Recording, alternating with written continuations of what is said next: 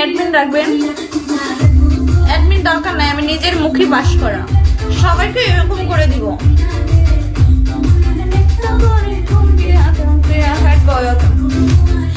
যারা negative comment করবে বুঝতেই পাচ্ছেন তারা বেকার আমাকে দেখা থেকে হারাবে, এখানে কিছু করার নেই। যে যেমন কমেন্ট করবে তাকে একটা করে লাথি